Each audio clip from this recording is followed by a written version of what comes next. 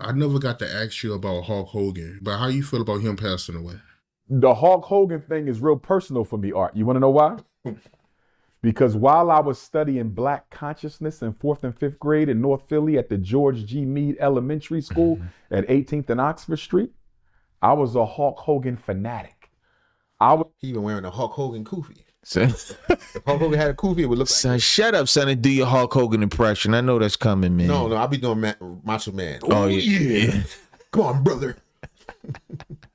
The number one Black Hulk Hogan fan in the world, Art. I was talking like Hulk Hogan. I had his shirts. Whenever Hulk Hogan came to the Philadelphia Spectrum to wrestle, I went to every Hulk Hogan wrestling match. I had the Hulk Hogan dial, the Hulk Hogan belt. I had more wrestling magazines than anybody else. I mean, he wasn't my only wrestler, but my parents didn't know no better, and they allowed me to idolize a white man. The whitest. And look, so many years later, that white man I idolized as a child, because it didn't last long. It was only elementary school, right? But that white man I idolized as a child ended up being one of the biggest racists in sports and entertainment. His daughter didn't even go to his funeral. And I don't speak ill of the deceased, but his daughter didn't go to the funeral. I don't know if that's because of his bigotry against blacks or for other reasons. But nonetheless, it was very disheartening to find out that Hulk Hogan didn't even like black people. Look at all, Get off me, little boy. Get off me, little nigger. That's not. black people put in his pocket, Art. Look at all the money. Those wrestling matches I used to go to, half of them was black.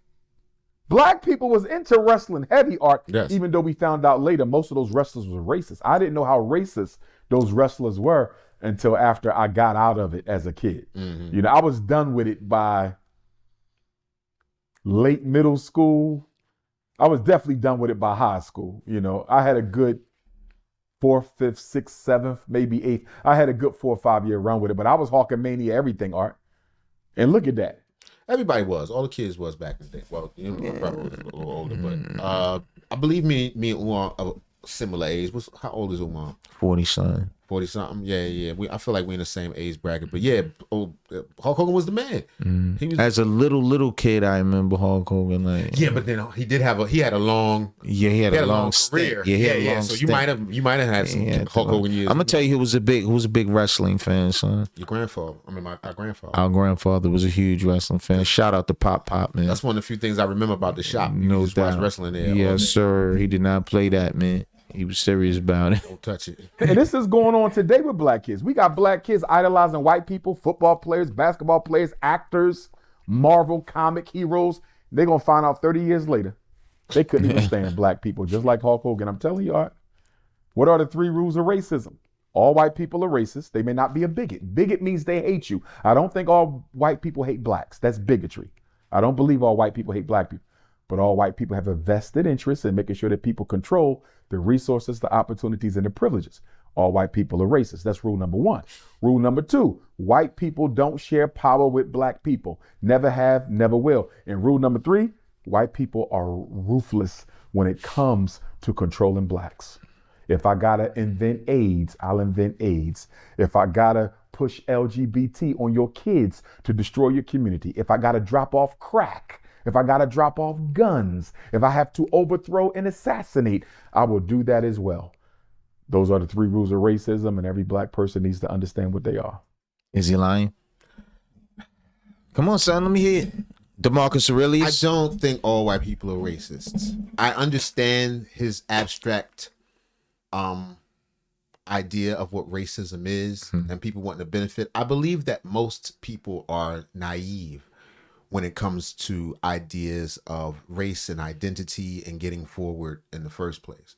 So if he would have said all powerful white people are racists, because those are the people that are actually in the game. I think here in America, I believe most people are concerned about themselves and their life and how they maneuver in the world. Right. Less than my people. My people. Sure, a ton of white people feel, all that white rage and we need to stick together and the white people are going away and we're going extinct and all that. I think there's a certain amount of that understand that the birth rates are low and all that other stuff. But I think for the most part, they're trying to get by every day. Most people are trying to live and they're not really focused on that. So I find that hard to agree with. But the other stuff, yeah, pretty much. Well, let me say this, man.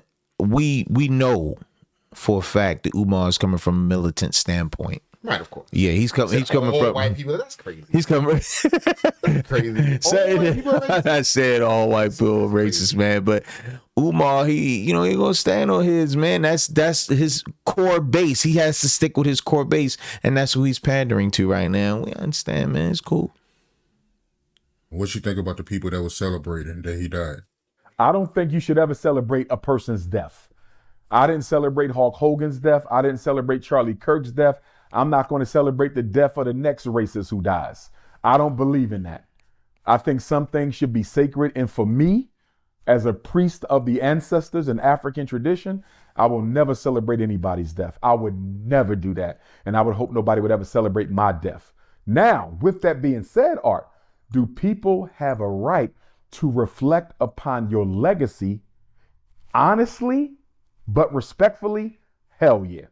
So if black people want to have a conversation about Charlie Kirk the racist, respectfully, without poking fun at his death, I see nothing wrong with that. If black people want to have an honest conversation about Hulk Hogan without poking fun at his death, I don't see a problem with that. People have a right to look at your record after you're gone from this world and decide what place they want to assign you in history. If you are a public, plus nobody can stop him. You're gone. Yeah, it's fair enough. What you gonna do? Even if you're alive, I mean, right? Yeah. Your track record it precedes you. People gonna say what they want to say, no doubt. And also, let me also say this: not only are they gonna say what they want to say, they're gonna say it from their perspective, no doubt, which could be dead ass wrong, but they only see this part of the story. Right? You know what I mean, no doubt. All right, that's it. Mic check. 1, 2. Yes, my brothers, we're looking for black HVAC techs to finish this beautiful school. We're looking for the black electrician. We're looking for the black floor techs. Our black plumber. Come on down, help us with the Frederick Douglass, Marcus Garvey, Felicia Rashad, Danny Glover, Gregory Hines School of Technology. We need your help, my brothers. Put it in the cash app. Put it in the cash app. Where my money at, man? I've been out here painting all day. Please stay focused. I want no problems with you, my brother. My brother, I want no problems. Problems, brother. My brother, if you must, if you must,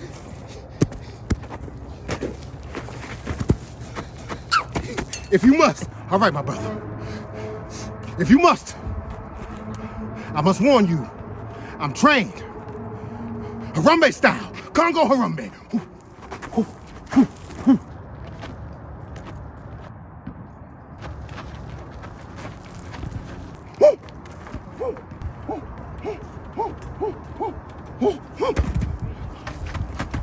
Copy bearer.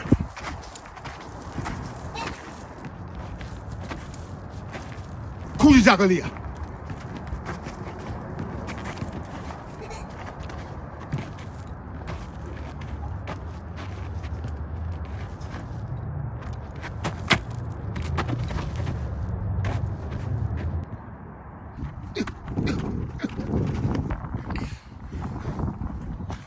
My money.